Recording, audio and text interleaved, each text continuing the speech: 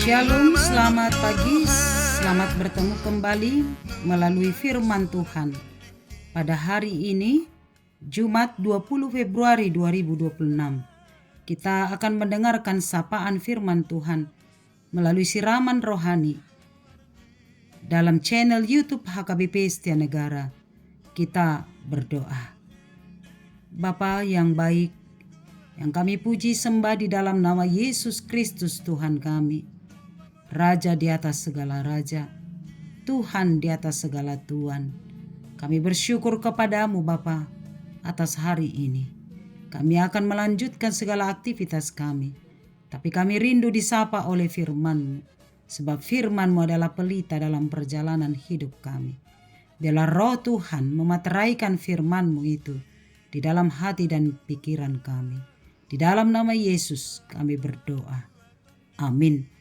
Firman Tuhan bagi kita tertulis dalam surat Paulus kepada jemaat Filipi pasal 2 ayat 9. Itulah sebabnya Allah sangat meninggikan dia dan mengaruniakan kepadanya nama di atas segala nama. Demikian firman Tuhan. Saudara-saudari yang terkasih, secara natural banyak orang ingin menunjukkan kekuatan. Kita tidak mau dianggap disepelekan. Kita tidak mau ditekan dan direndahkan oleh orang lain. Sebisa mungkin banyak orang ingin tampil menonjol dan diperhitungkan. Banyak cara dilakukan untuk meraih sebuah pujian dan menempatkan diri lebih kuat, lebih pintar, dan lebih diperhitungkan dari orang lain. Sebaliknya, sangat sedikit orang yang mau merendahkan diri, karena kerendahan hati itu seringkali dipandang menjadi sebuah kelemahan, bahkan kebodohan. Karena orang yang rendah hati memang bisa jadi terlihat seperti lemah dan tidak mau menonjol.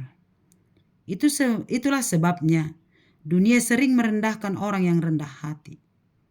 Itulah yang dialami oleh Tuhan Yesus, yang dinyatakan melalui teks firman Tuhan hari ini. Nats ini adalah bagian dari himne kuno yang dikutip oleh Paulus. Pada ayat sebelumnya, Paulus menuliskan bagaimana Kristus merendahkan diri serendah-rendahnya, dan itu dianggap menjadi sebuah kebodohan. Yesus yang adalah anak Allah dari surga yang mulia, namun mau turun ke dunia yang hina ini, adalah karena kasih-Nya yang besar.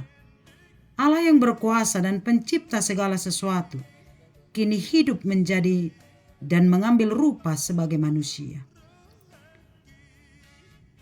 Dan hakikat Yesus yang menjadi manusia, mau mengambil posisi yang paling hina, hingga mati dengan cara paling tersiksa melalui kematian di kayu salib. Inilah tindakan perendahan diri yang tak tertandingi. Siapapun di dunia ini tidak akan mampu melakukannya. Sebab orang cenderung mengejar kuasa, mengejar hal yang lebih tinggi. Tetapi Yesus bersedia turun serendah-rendahnya, mengambil rupa manusia, dihina dan dicaci oleh karena kasih-Nya. Inilah kerendahan hati yang tidak tertandingi di tengah-tengah dunia ini. Dan mari lihat, apakah tindakan perendahan diri Allah dalam Yesus Kristus itu membuat Ia direndahkan oleh manusia? Ya, karena manusia tidak mengakui Yesus sebagai anak Allah. Ia ditolak, Ia dihina, dicaci, bahkan dihukum mati di kayu salib. Inilah bentuk penghinaan manusia atas diri Yesus yang merendahkan hati itu. Namun mari lihat bagaimanakah kuasa Allah bekerja. Apakah nama Yesus berakhir pada hinaan dan kematian itu? Tentu tidak, Bapak Ibu Saudara-saudariku. Himne dalam tulisan Paulus ini sangat indah. Sebab himne tentang Yesus tidak berakhir di kayu salib, tetapi berakhir di pengagungan Yesus sebagai anak Allah yang naik ke sorga. Kerendahan hati Yesus yang mau merendahkan diri serendah-rendahnya di hadapan Allah untuk menyelamatkan manusia, disitulah Allah mengagungkan namanya. Dan dalam nas ini dikatakan, Allah meninggikan Yesus dan mengaruniakan kepadanya nama di atas segala nama. Semua orang, semua lutut akan bertekuk di hadapannya, sebab dialah Raja di atas segala raja. Kerajaan Yesus dibangun kekal selama-lamanya. Kerendahan hati Yesus yang mau mengosongkan diri mengambil rupa menjadi manusia yang hina, justru menjadikan nama Yesus termasyur dan nama yang paling indah di atas segala nama. Ketika manusia menganggap rendah kepadanya, Allah sendiri yang meninggikan namanya dan mengaruniakan kepadanya nama di atas segala nama. Dan nama Yesus bukan hanya nama, tetapi di dalam nama itu ada keselamatan.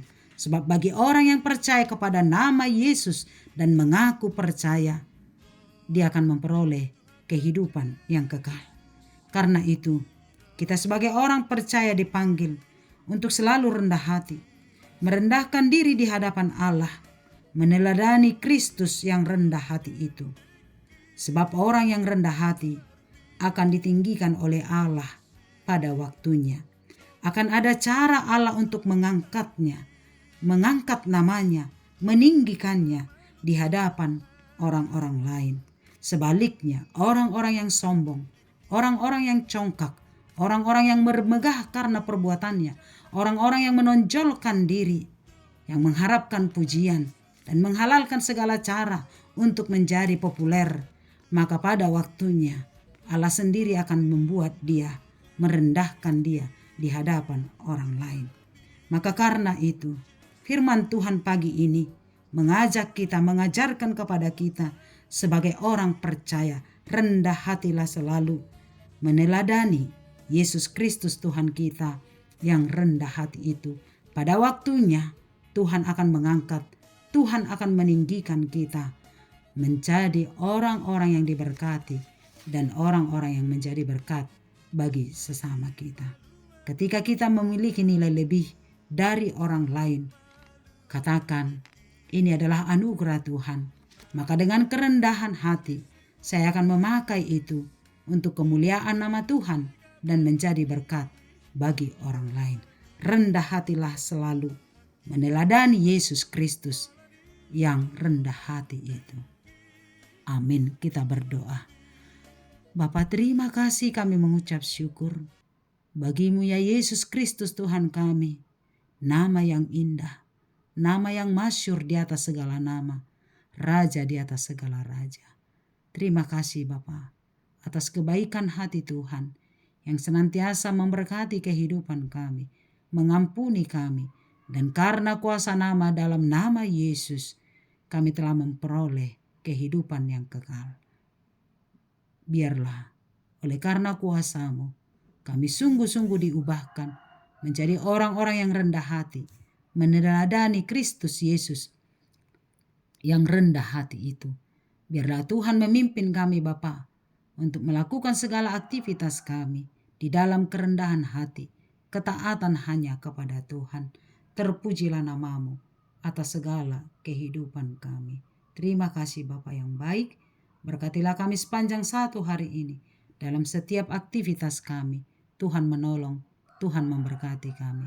Berkati keluarga kami, berkati kesehatan kami, berkati anak-anak kami, berkati pekerjaan kami. Setiap tanggung jawab yang Tuhan berikan bagi kami, Tuhan menolong kami untuk melakukan itu seturut dengan kehendak-Mu.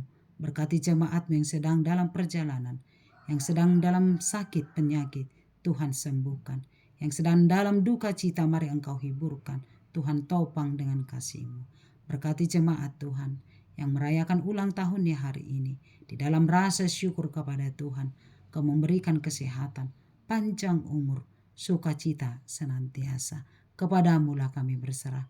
Kami yakin dan percaya setiap kerinduan dan harapan kami, biarlah Tuhan menjawabnya seturut dengan kehendak-Mu. Ampuni kami dari dosa kami. Terimalah doa kami. Dalam nama Yesus kami berdoa. Amin. Anugerah Tuhan kita Yesus Kristus, kasih setia Allah Bapa, dan persekutuan dari Roh Kudus menyertai-Mu. Amin. Selamat pagi, selamat beraktivitas. Shalom.